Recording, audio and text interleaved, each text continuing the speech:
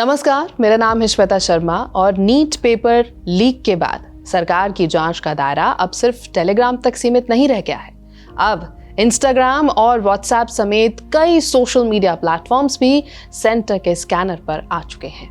Meta के platform से लेकर टेलीग्राम तक सरकार अब सोशल मीडिया के लिए और भी सख्त रेगुलेशंस लागू करने की दिशा में काम करने लगी है। व्हाट्सएप के यूजर नेम फीचर पर विवाद जो था बढ़ गया था। ताजा विवाद व्हाट्सएप के नए यूजर नेम फीचर को लेकर है। भारत सरकार ने इसे प्राइवेसी, इंपर्सनेशन और फ्रॉड के लिहाज से गंभीर चिंता का विषय बताया।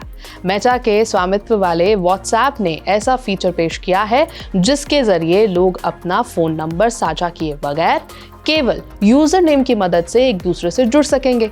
हालांकि ये फीचर अभी तक लाइव नहीं हुआ है, लेकिन व्हाट्सएप ने यूजर्स को यूजर नेम रिजर्व करने की सुविधा जरूर दी थी। इसके बाद सोशल मीडिया पर डर फैल गया स्कैम्स का, फ्रॉड का, और इसीलिए सरकार ने भी इस पर चिंता जताई।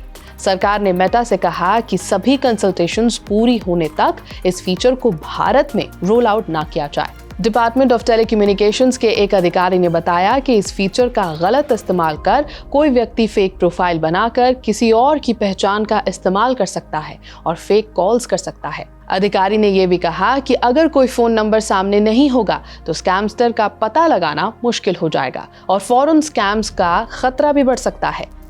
रविवार को ministry of electronics and telecommunication technology ने मेटा को जवाब देने के लिए 3 दिन का अतिरिक्त समय दिया था। अब मेटा को 9 जुलाई तक अपना जवाब देना होगा। नीट पेपर लीक के बाद टेलीग्राम पर बड़ी सख्ती की गई है। Ministry of information and broadcasting ने शनिवार को टेलीग्राम को नोटिस जारी किया था। इसमें प्लेटफॉर्म पर पायरेटेड फिल्म्स के प्रसार को लेकर जवाब मांगा गया है। सरकार ने टेलीग्राम को 15 दिनों के भीतर जवाब देने का समय दिया है। ये कार्रवाई मार्च 2026 में जारी एक डायरेक्टिव के बाद की गई है। मार्च में सरकार ने टेलीग्राम को 3 घंटे के अंदर 3000 से अधिक ऐसे चैनल्स ब्लॉक करने के निर्देश दिए थे जो पायरेटेड मूवीज, वेब सीरीज और तो और ऑडियो बुक्स साझा कर रहे थे।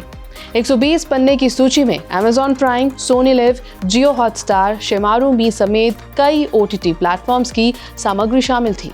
हालांकि नोटिस सार्वजनिक नहीं किया गया, लेकिन सरकार ने IT एक्ट 2000 और information technology intermediary guidelines and digital media ethics code rule 2021 के तहत टेलीग्राम को ड्यू डिलिजेंस का पालन करने के लिए सख्त भाषा में निर्देश दिया। पायरेसी के अलावा Telegram NEET UG paper leak के दौरान भी चर्चा में आया था। उस समय सरकार ने लीक हुए प्रश्न पत्रों के प्रसार को रोकने के लिए प्लेटफॉर्म पर बैन लगाने की दिशा में भी कदम उठाए थे। इंस्टाग्राम पर चाइल्ड सेक्सुअल अब्यूज कंटेंट को लेकर भी चिंता व्यक्त की गई है।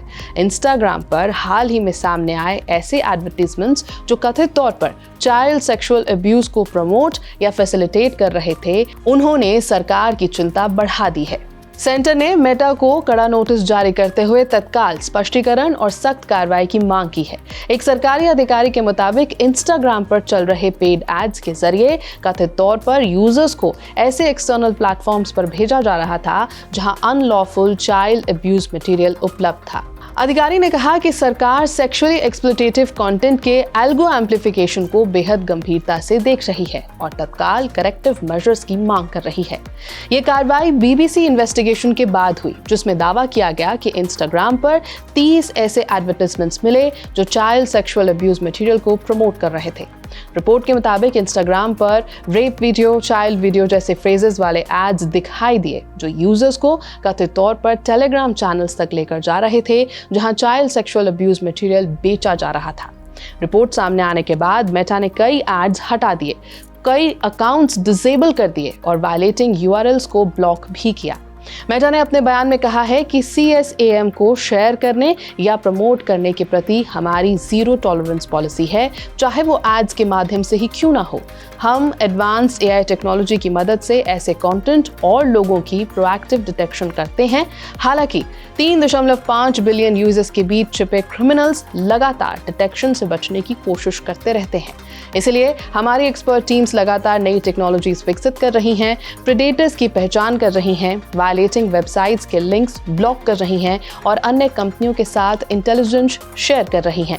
सेंटर के अलावा national commission for protection of child rights ने भी इस पूरे मामले का सो मोटो कॉग्निजेंस लिया है। ये पहला मौका नहीं है जब सोशल मीडिया प्लेटफॉर्म्स पर सेक्सुअल अब्यूज मटेरियल को लेकर सवाल उठे हों। पिछले साल इलॉन मस्क के प्लेटफॉर्म एक्स पर ग्रॉक लॉन्च होने के बाद भी सरकार ने दखल दिया था।